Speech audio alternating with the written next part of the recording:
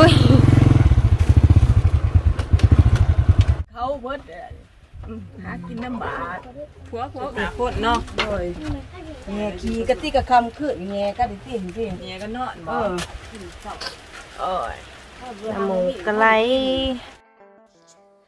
สบายดีท่านผู้ชมมื้อนี้น้องเมย์จะพาไปบริจาคอีกหนึ่งครอบครัวเด้อซึ่งเป็นค่ากับของเฮาเนาะต่อจากคลิปที่แล้วเด้อท่านผู้ชมค่ากับเฮามีคนขอความช่วยเหลือมาเนาะว่าโอ้เฮือนหลังนี้ก็บ่มีข้าวกินเด้อลูกหลายคนแดพอดีเฮามีเครื่องเด็กน้อยเด้เนาะเครื่องเด็กน้อยที่ FC ฟังไทยเพิ่นฝากมาให้เฮาบริจาคพอดีจะไปแวะให้เลยพร้อมกับขนมเล็กน้อยแล้วก็มีไข่เด้เนาะเฮามีไข่ติดโตมานำจะไปแวะให้หมดเลยเด้อทางนี้ก็คือเก่านะท่านผู้ชมเนาะขี่เข้ามาในป่าพี่แหละอยู่ในพี่แหละฝนไกลจะตกแล้วเด้อฝนหากระเซาก็สิมาอีกแล้วยามฝนมันก็ไปยากได้เนาะแต่ว่าให้หยุดเดินทางนี่กาเป็นไปบ่ได้เนาะจังได้เฮาก็บ่หยุดเดินทางเด้อให้ปวกลูกก็เลยบ่ได้ก็ยังไม่เท่าไปหาเฮ็ดปวกอยู่ไสลำบากเงินใหญ่ลูกมีอยู่บ่เดี๋ยวนี้ใหญ่บ่กันไม่เท่าไปเขาบ่ได้แค่กราบมาอันนี้บ่ไม่เท่าพิมพ์นะเลยมื้อนั้นฝากเงินให้ได้ครับแล้วบ่อันนั้นน้ำลูกสาวแทนนึงโดยมันคือมันถูกกันโดยบ่เจอไม่เฒ่าสำนอกบ่เจอมื้อหน้าสิมายามไม่เฒ่าแล้วพาไปหาหน่อไม้เด้อโดยมันพาไปญาติก็สิพาหน่อไม้เด้อง าก็คือเขาอยู่ไปกันงานก็บุกก็วางนี่ผู้ใหญ่พ่อไม่เฒ่าหากินจังได๋ค่ะก็หาไปก็เหมือนกับของปลาของงงาก็หมายว่ามันขายเห็นเดือเป็ดว่าไม่เฒ่ามาขอเขาว่าซั่นมันก็เขาให้กับกูทั้งขี้ไงพอมันโตงะงอยเงินcũngมันมีอย่างตู้เฮงแหละนี่ก็มาเขาเพื่ออย่างนั้นเอาเสือให้ร้านแดเหมือนนั้นแม่ว่าอันนี้เอามาของกินมาให้เฮือนนี่แน่เพิ่นว่าก็ได้เอาไข่กับขนมมาให้เพิ่น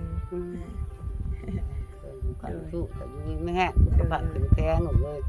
เดินข้างมีความปลอดภัย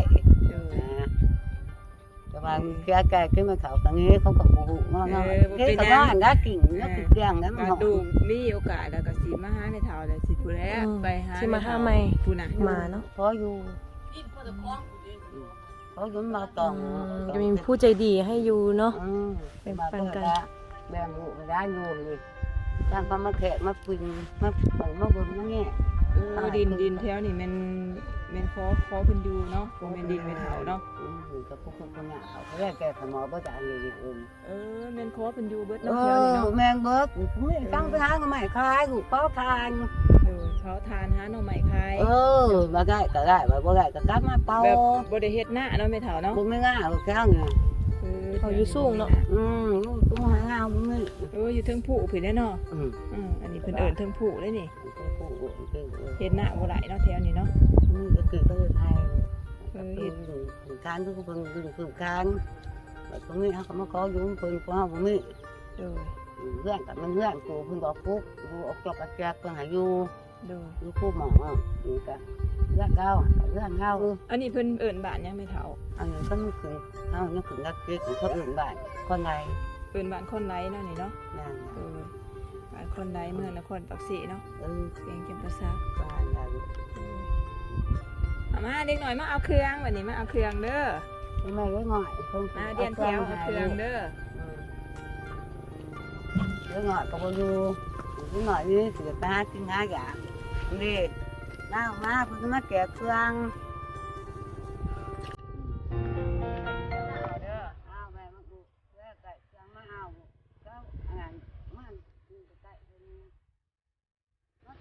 เดี๋ยวอยู่นี่เลยแม่เร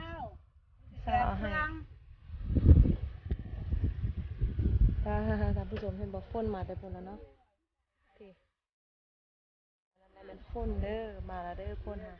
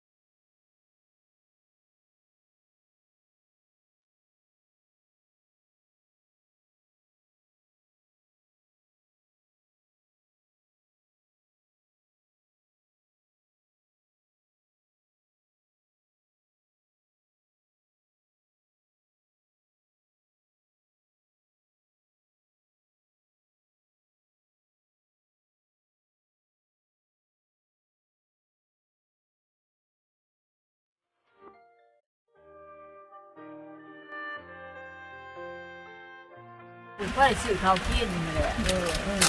ผู้ดันจ้างผู้จ้างได้มากซื้อข้าวดุมาหลายได้ดุหา6คนได้ดุ โอ้ดูนี่ดูหาคนดูนิดหน่อยสิบ่ใช้ดู ดุได้หน่อยไปอยู่บุญเรื่องป่าผู้นึงอยู่บ้านผู้นึง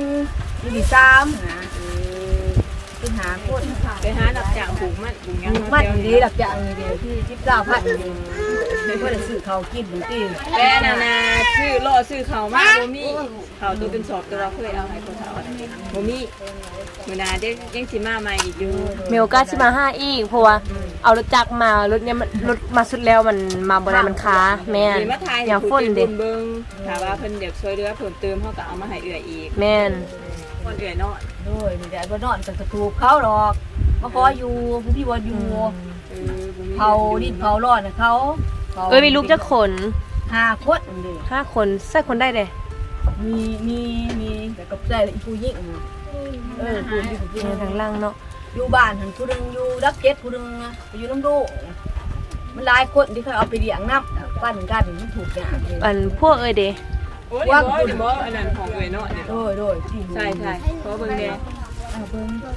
จะได้บุกได้ของกัน เป็นยัง เบิ่งเบิ่ง เด้อ เออ เอื้อ ของนี่ก็บุกนี่เลยคนฟ้านี่ก็มีคนอยู่หรอกเตรียมก็ต้องไปตากฟ้า คุณฟ้าเหรอ ฟ้าสิอยู่ในเลือดประตูบดอ้าวเบิด เอื้ออยู่กับลูกหาคนเนาะ โดยแง่ขี่กะติกะคำขึ้นแง่กะดิติดิ เนี่ยก็นอน เออสิได้บ่นอน อันนี้โอเค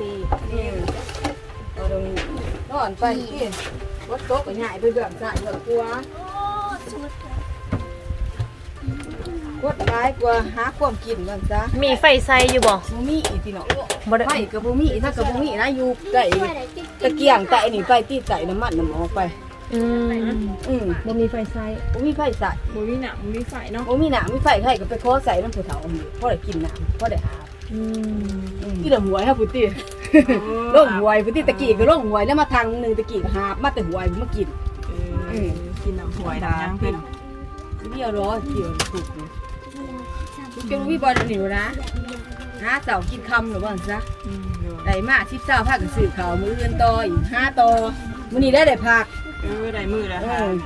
อได้10-20พัน20,000บาท9บาทเนาะว่ามาซื้อข้าวกิน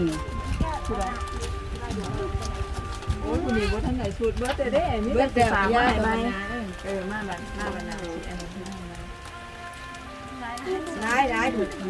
มันมือนั้นมาน้อยคนน้อยเดียวนึงก็ได้ว่าเอามาน้อยเดียวนี่อันนี้ว่าเฮมากบักหลาย มีกันร้านติดอยู่ร้านแป๊บนี่แหละก็บ่มีคือกันเข้านี่แหละ เด็กเสียบ่ครบคนนึงบ่เป็นหยังเนาะมื้อนั้นมาใหม่ นี่แหละเลือดชาติกระตูเขาแบบอะไรนี้ก็มีบ่อยู่ที่เลือดก็มีว่ากินก็กินเขาทางกินนี่ยังน้ำมันตูดูไปเขาดินเขาร้อนงู แซ่บบ่แซ่บบ่ อนามัยละหมอเขา แซ่บบ่ ทางเฮ็ดแล้ว แซ่บบ่ บ่มาไหนผู้ลงสมบูรณ์เนาะอยู่นี่ บ่จักต้มน้องเมย์นะคะผู้ชม อยู่ร้ายที่ดูเนาะจะกดกินอยู่นะ นั่งดิ ก็มานั่งให้อีก อันนี้คือไฟเหรอ ขี้ไฟเลยค่ะคนชกผมมีบ่อยู่คอยอยากกดเขามาไหนพี่เจ้าเขามาไหนบ่ทันมีหยังกินจังนะนี่ไปหาอยู่จะกินแก่หรือกินหยังกับมื้อนี้ คือถ้าได้กินข้าวตอนนี้ทำสูตรจนแรกเลยเนาะ เหมือนกันเหมือนกันก็ยังบ่ได้กินข้าวคือกัน ก็เลยกินข้าวสิ ยัง ทำไมมันเย็นตัวนี้วะเย็น พวกเปียกฝนบ่ มีอยากไปค่ะ ก็ ไหนมาบนท่านไหนมีอยากกิน เรียกอยู่แต่ว่าก็จะว่าโทรศัพท์กันนำว่าซานโทรศัพท์กันนำลองเบิ่งเอายามฝนจังซี่เอาลุย หางานถ้าลำบากช่วงฝนนี่โรคโควิดหลายไปแต่ละก็บ่ได้หาเอาดิเขาว่าเขารังเกียจได้เนาะบ่อยากติดขยะเลยเฮาเอาลูกไปหาเขา แม่น ก็ใช้ก็ลำบากที่งานนี่สิที่รถเจ้ากับกินคำนี่สิได้ก็ได้กินบ่ได้ก็กินมุ้งก็ว่าหาหน่อไม้มูยังบ่อยากซื้อนะหน่อไม้เนาะนี่เห็นไหมขายทุ่งหาพัดมูยังบ่อยากซื้อกินเจ้า โอ้ยหมูกะไหล เดี๋ยวเมื่อเด้อเอื่อยเด้อ ขอบใจได้หลายขอบใจได้บุญกับดอกสู้เด้อเพิ่นก็ซอยก็ได้เห็นว่ามีดีได้เด้อเพิ่นน่ะขอบใจได้ว่าผู้ให้ก็ได้เด้อผู้มาก็ดีว่าซะเพิ่นซอยเหลือทุกอย่างอีดีก็ทุกอีดีก็บ่อีดีเด้อทุก โดย ทุกหากินหายานนี่แหละ โดยเพื่อนก็อยู่ดินเพิ่นเนาะ ดินเขา โดย เพื่อนเขาเบิดหากินน้ำบาด ผัวเอื่อยได้ใช่ เมื่อกับเฮ็ดงานเด้บ่ได้ซื้อเขากินหาเฮ็ดเงินซื้อเขากินบ่ได้ซื้อเขาลูกกินนั่นล่ะ ได้มื้อนึง20-30 บาทก็เอาไปเนาะ บ่ได้ซื้อเขาลูกกินนู่นน่ะ โดยเอ้ยอดทนจักหน่อยพักที่มีคนมาซอยอีกดอก เด้อ ก็คือเห็นนี่แหละเพื่อนของเพื่อนขวบกันเป็นสิ โดย เสื้อน้องเมย์เสื้อว่าเดี๋ยวเอาคลิปนี้ลงแล้วผู้ใจบุญเพิ่นเห็นแล้วเพิ่นก็สิช่วยมาบ่ว่าจะเป็นเครื่องข้องเครื่องกินเครื่องไซหรือว่าเงินสินะก็จะมีเพราะว่าเฮาไปซอยหลายคนเพิ่นก็มีคนสมทบอย่างเช่นเงินเครื่องข้องแม่งมาให้อยู่แล้วก็สิมาเยี่ยมใหม่เด้อเอ้ยเด้อ ขอบใจได้ละขอบใจเด้อ โดย มาขอบใจเพิ่นตี้ดุมาขอบใจเพิ่นแน่ไว้ บ๊ายบาย บ๊ายบายแน่บ๊ายบาย ดูเลย แน่ หาคนเนาะ หาคน อันนี้ในคนข้างบ้านเด้เสือมีแต่ผู้งามนะยังผู้เดียวเนาะบ่ไหลเนาะยังผู้นี้บ่ไหลมื้อหน้ามายามใหม่เด้อบ๊ายบายเอ้า บ๊ายบายแน่ บ๊ายบาย ถูก ถูนี่สิถูแน่ ขอบใจเด้อ ขอบใจ เพิ่นที่สนามถูกเพิ่นที่ โอ้ผู้นี้บ่ลูกชาย ลูกชายเนี่ยมีแต่พวกกำลังกินไปซะก็เอาไปนับตากเฮ็ดตากแดดกับตาน้ำกันนะปลูกมันก็อยู่น้ำกันเด้อไปนับของเอาไว้ก็มีเบียร์ตกน่ะเด้ดินน้ำ โอ้เพิ่นเคยตกหนักบ่ พอดีน้ำหวยน้ำย่างน่ะเพียงหน่อย ก็ได้ตรงนี้ หลายเนาะ ไปนับตากแดดกับตาน้ำกันตุ้ยฟุ้นก็ลุยน้ำกันเด้อนะ โดยอ่ะบ๊ายบายเด้อเด้อ